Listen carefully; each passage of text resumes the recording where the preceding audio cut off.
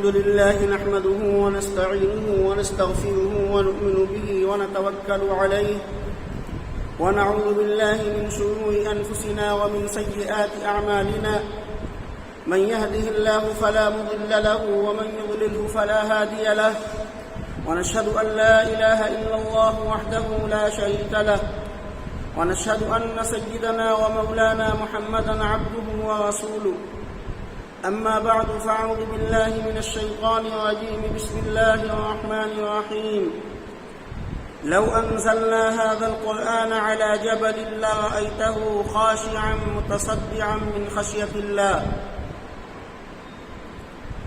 صدق الله العظيم. محترم حضرات، قرآن پاک کی یہ آیت جو آپ کے سامنے تلاوت کی گئی، اس آیت کے اندر اللہ تعالیٰ نے اپنے کلام کی حقانیت اور اس کی سچائی کو بیان فرمایا ہے. قرآن پاک کا اثر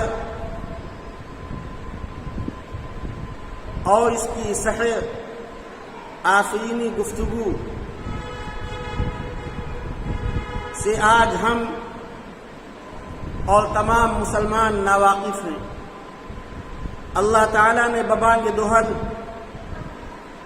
ساری دنیا انسانیت کو للکارا ہے اور فرمایا کہ لو انزلنا هذا القرآن على جبل لرأيته خاشعا متصدعا من خشية الله، کہ اگر اس قرآن کو ہم کسی پہاڑ کے اوپر نازل کرتے تو اے محمد صلی اللہ علیہ وسلم آپ اس پہاڑ کو دیکھتے کہ وہ اللہ کے خوف سے، اللہ کے ڈر سے، اس کی عظمت اور اس کے جلال سے وہ پہاڑ ریزے ریزے ہو جاتا. قرآن کریم اپنے اندر ایک اثر رکھتا ہے، قرآن کریم اپنے اندر ایک طاقت رکھتا ہے. آج ہم مسلمانوں نے قرآن کریم کو چھوڑ دیا ہے اور اسی وجہ سے اس کی جو اہمیت ہے، اس کی جو عظمت ہے، اس عظمت سے ہمارے دل خالی ہو چکے ہیں. آج تراویح کے اندر قرآن پاک کو پڑھا جاتا ہے، قرآن کریم کو سنایا جاتا ہے، لیکن میرے بھائی کتنے ہمارے بھائی ایسے ہیں جو صرف اور صرف مسجد کے اندر بیٹھ کر کے پیچھے کی صفوں کے اندر صرف اور صرف باتیں کیا کرتے ہیں، صرف اور صرف گٹکا اور پان کھایا کرتے ہیں. اس کی عظمت کا اندازہ انہیں کیوں نہیں ہوتا؟ جبکہ صحابہ کرام کا یہ حال تھا کہ وَإِذَا سَمِعُوا مَا أُنزِلَ إِلَى الرَّسُولِ تَرَىٰ أَعْيُنَهُمْ تَفِيضُ مِنَ الدَّمْعِ، کہ جب ان کے سامنے حق کی آیتیں آتی تھی، جب ان کے سامنے اللہ کا کلام پڑھا جاتا تھا اور جب وہ ان کانوں سے اللہ کے کلام کو سنتے تھے تو ان کے آنکھوں سے آنسو کی لئیاں جاری ہو جاتی تھی، آنسو بہنے لگتے تھے.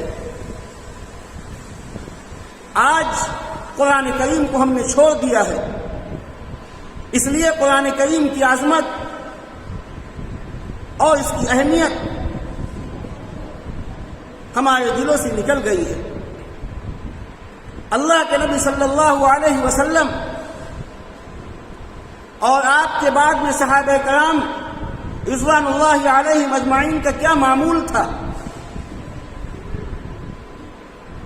کتابوں کے اندر پڑھا جاتا ہے، سنا جاتا ہے، میرے بھائی رونگٹے کھڑے ہو جاتے ہیں. اور اسی کے ساتھ ساتھ آپ اندازہ لگائیے کہ ایک حافظ قرآن تراویح کے اندر قرآن کو پڑھتا ہے، نہ اس کو پیاس محسوس ہوتی ہے، نہ اس کو گرمی لگتی ہے، جبکہ سارے کام اسی کو کرنے ہیں. کہاں پر رکوع کرنا ہے، کہاں پر سجدہ کرنا ہے، کتنی آیتیں ہوئی ہیں، کہاں پر آیت سجدہ ہے، یہ تمام کی تمام چیزیں ایک حافظ کو یاد رکھنا ضروری ہوتا ہے. لیکن ان سب کے باوجود ایک حافظ کتنی محنت سے قرآن پاک کو پڑھتا ہے، لیکن پیچھے سننے والے صرف اور صرف گپ شپ میں لگے رہتے ہیں. کیا بات ہے؟ ہمارا دل قرآن میں کیوں نہیں لگتا ہے؟ ہمارا دل اللہ کے کلام کو سننے کے لیے تیار کیوں نہیں ہوتا ہے؟ اس کی وجہ علماء نے لکھی ہے کہ اس کی وجہ صرف اور صرف ایک ہے. جس طریقے سے ایک شخص کو نزلہ ہو جاتا ہے، زبردست نزلہ ہے، اس کو اچھی سے اچھی خوشبو سنگھائی جائے، میرے بھائی اس کو خوشبو محسوس نہیں ہوتی. یہی حال اس شخص کا ہے جس کو قرآن کے سننے میں مزہ نہ آئے، کیونکہ گناہوں کا اتنا سخت نزلہ ہو چکا ہے، اتنا گناہ کرتے کرتے آیا ہے. اس وجہ سے اللہ کے کلام کی معرفت اور اللہ کا کلام اس کے سینے میں اتر نہیں رہا ہے. اس کو قرآن کریم کو سننے میں مزہ نہیں آ رہا ہے. اللہ کی رحمت برس رہی ہے، لیکن میرے بھائی ہمارے دل کے اندر نہیں اتر رہی ہے. اس کی وجہ یہی ہے کہ ہمارا دل گناہوں سے بالکل سیاہ ہو چکا ہے، ہمارا دل گناہوں میں لت پت ہو چکا ہے. ہمیں چاہیے کہ توبہ اور استغفار کر کے اپنے گناہوں سے توبہ کرے.